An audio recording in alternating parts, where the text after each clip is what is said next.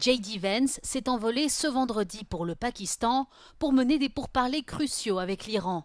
Avant d'embarquer à bord d'Air Force 2, le vice-président américain a déclaré aux journalistes qu'il attendait ces discussions avec impatience. Il a également averti Téhéran de ne pas jouer avec les États-Unis. I think it's going to be positive. We'll of course see. As the President of the United States said, if the Iranians are willing to negotiate in good faith, we're certainly willing to extend the open hand. De son côté, le Premier ministre britannique Keir Starmer s'est entretenu avec de hauts responsables qataris au sujet des pourparlers entre Washington et Téhéran lors de sa tournée diplomatique dans les pays du Golfe. Selon lui, la trêve conclue dans la nuit de mardi à mercredi reste fragile. A sense that it's fragile, that more work is needed, that the Strait of Hormuz has to be part of the solution, a very strong sense that there can't be tolling or restrictions on that navigation. Dans l'après-midi, le Premier ministre israélien Benjamin Netanyahou a lui annoncé l'expulsion de l'Espagne de l'organe international de surveillance de la bande de Gaza dirigé par les États-Unis. Cet organisme a été créé en octobre 2025 pour surveiller la mise en œuvre de l'accord de paix parrainé par Donald Trump à Gaza et basé à Kiryat Gat dans le sud de la bande de Gaza. Environ 200 soldats américains travaillent aux côtés de l'armée israélienne et de délégations d'autres pays dans le centre, planifiant la stabilisation et la reconstruction de l'enclave. Emmanuel Macron a rencontré pour la première fois le pape Léon XIV ce vendredi lors d'une audience privée au Vatican.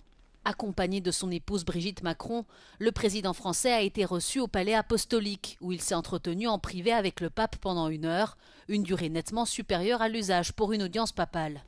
Parmi les sujets abordés, la résolution de la crise au Moyen-Orient en mettant l'accent sur le Liban, où des frappes israéliennes particulièrement meurtrières menacent un cessez-le-feu de 2 semaines entre les États-Unis et l'Iran. Le pape Léon XIV s'est rendu au Liban l'année dernière dans le cadre de son premier voyage à l'étranger et a prié à plusieurs reprises pour les victimes du conflit.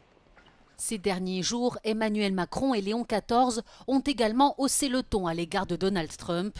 Après l'annonce d'une trêve entre Washington et Téhéran dans la nuit de mardi à mercredi, tous deux ont exhorté à traduire l'accalmie en une résolution diplomatique durable.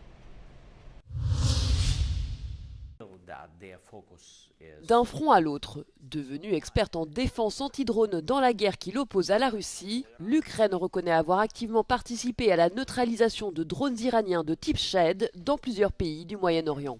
Le président Volodymyr Zelensky a publiquement reconnu ces opérations mercredi, dans des propos tenus devant des journalistes et soumis à embargo jusqu'à vendredi, sans toutefois préciser dans quel pays les forces ukrainiennes sont intervenues. Il avait précédemment indiqué que 228 experts ukrainiens avaient été déployés dans la région. En échange de cette assistance, l'Ukraine devrait recevoir des intercepteurs pour protéger ses infrastructures énergétiques ou bénéficier d'arrangements financiers.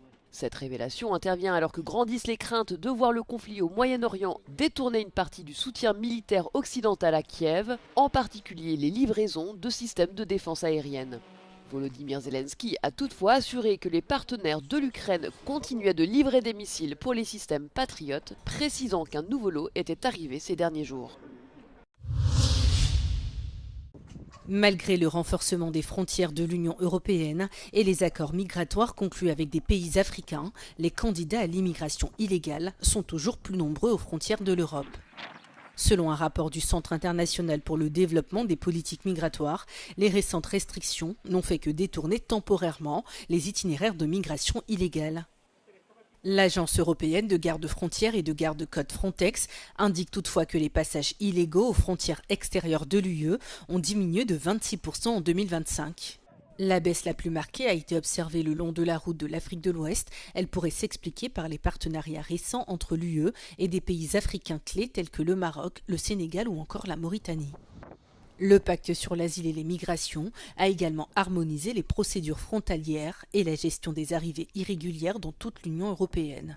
Cependant, la route reliant la Mauritanie aux îles Canaries a été détournée. Les départs s'effectuent désormais depuis la Gambie ou la Guinée.